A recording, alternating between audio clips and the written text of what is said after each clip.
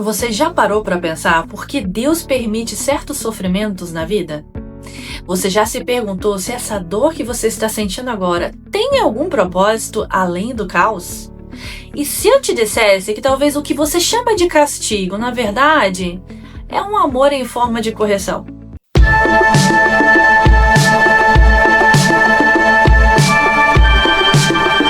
Olá, questionadores! Sejam muito bem-vindos ao meu canal Penso Logo Questiono.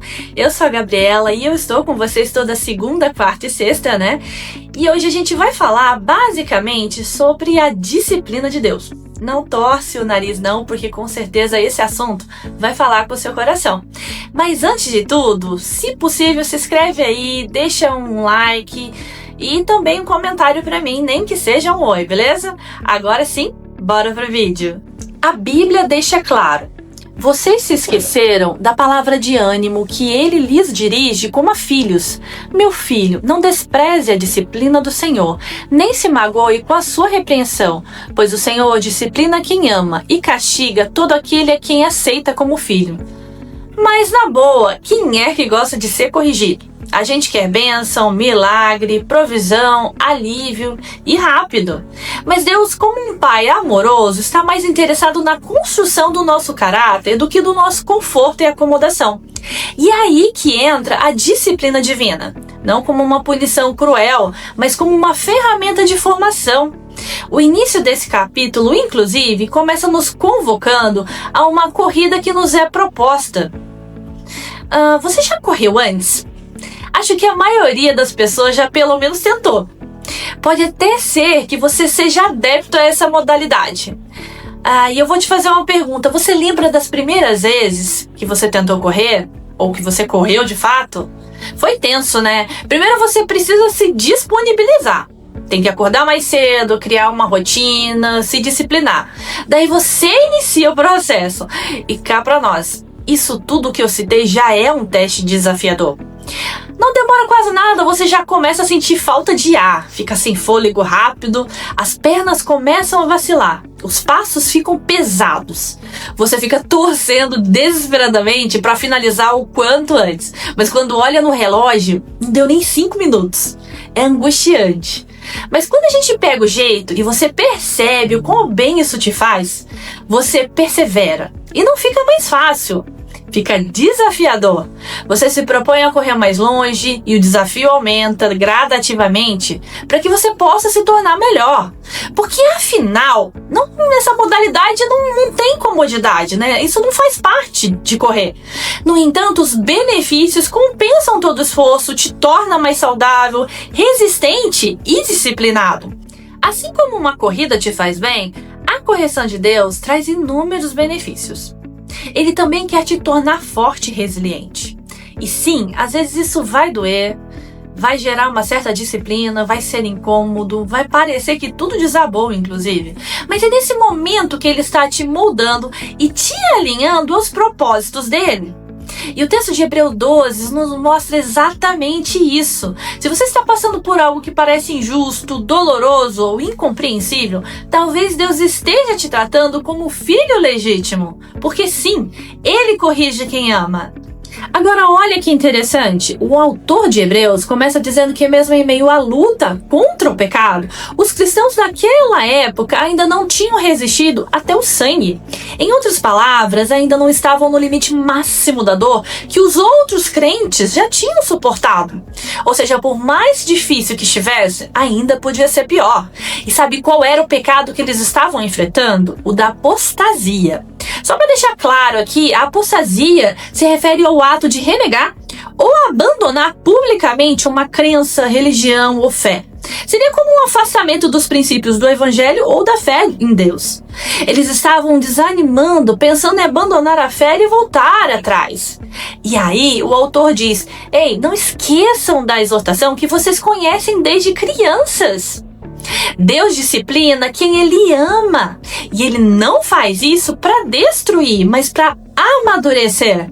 A disciplina não é leveza, mas ela é luz. Não é agradável, mas é necessária. E mais, é a prova de que você é filho e não bastardo. A ausência de disciplina, inclusive, pode até parecer liberdade, mas na verdade ela é abandono. E o autor de Hebreus é claro: se você nunca foi corrigido por Deus, talvez você nem seja filho dele de verdade. Porque quem é filho, em algum momento, vai ser confrontado, não tem jeito.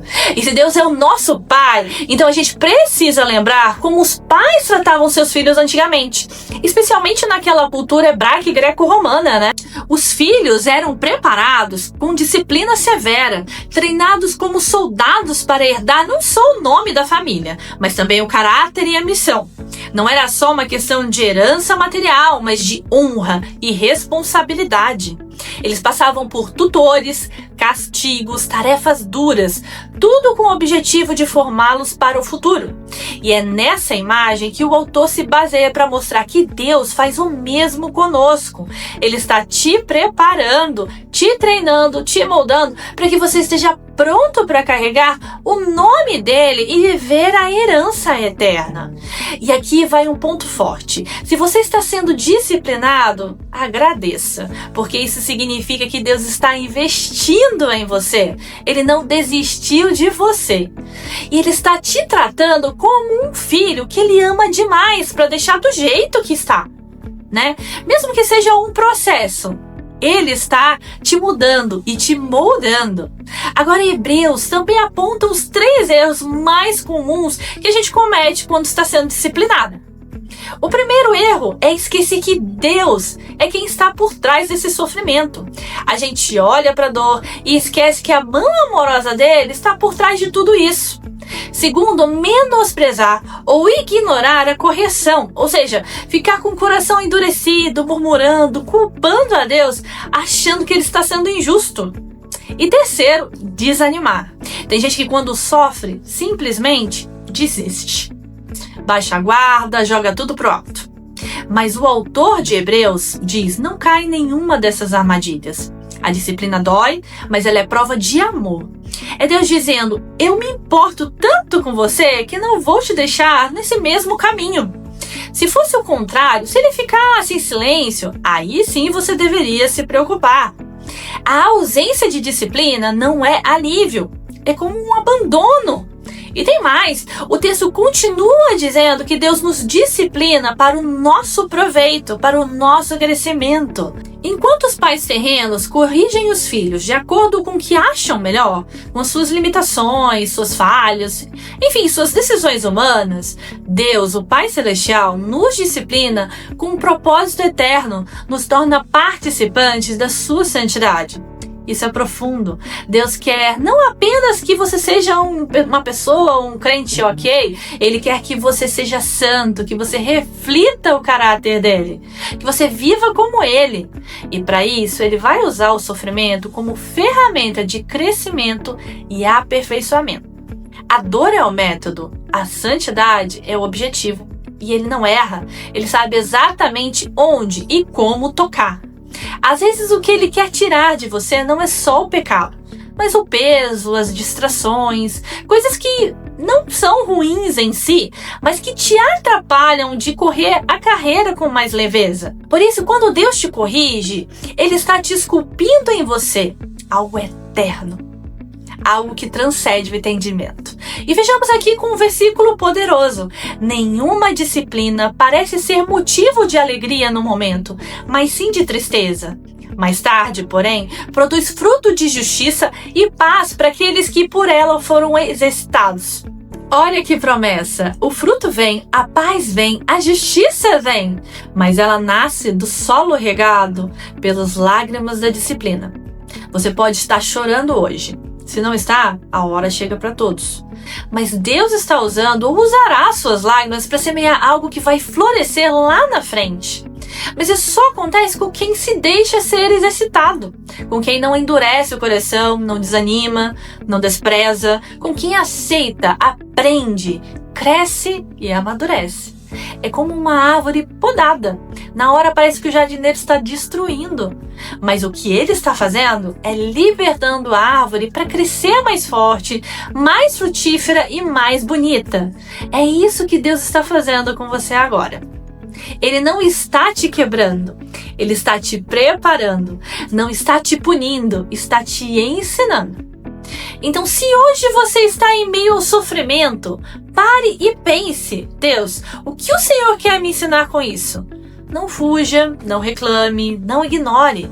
Olhe para a cruz. Lembre de Jesus, que também sofreu.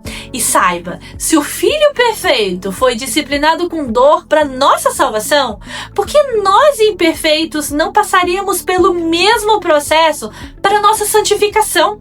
Ele te ama demais para te deixar confortável no pecado. Ele prefere te ferir por um tempo do que te perder para sempre.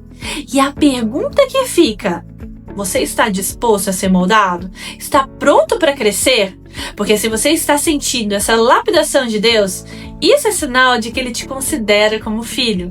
E isso, meu querido, é a maior prova de amor que alguém pode receber do Senhor.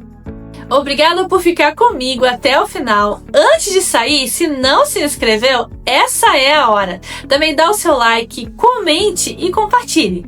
Fique com Deus. Abraços. Tchau, tchau.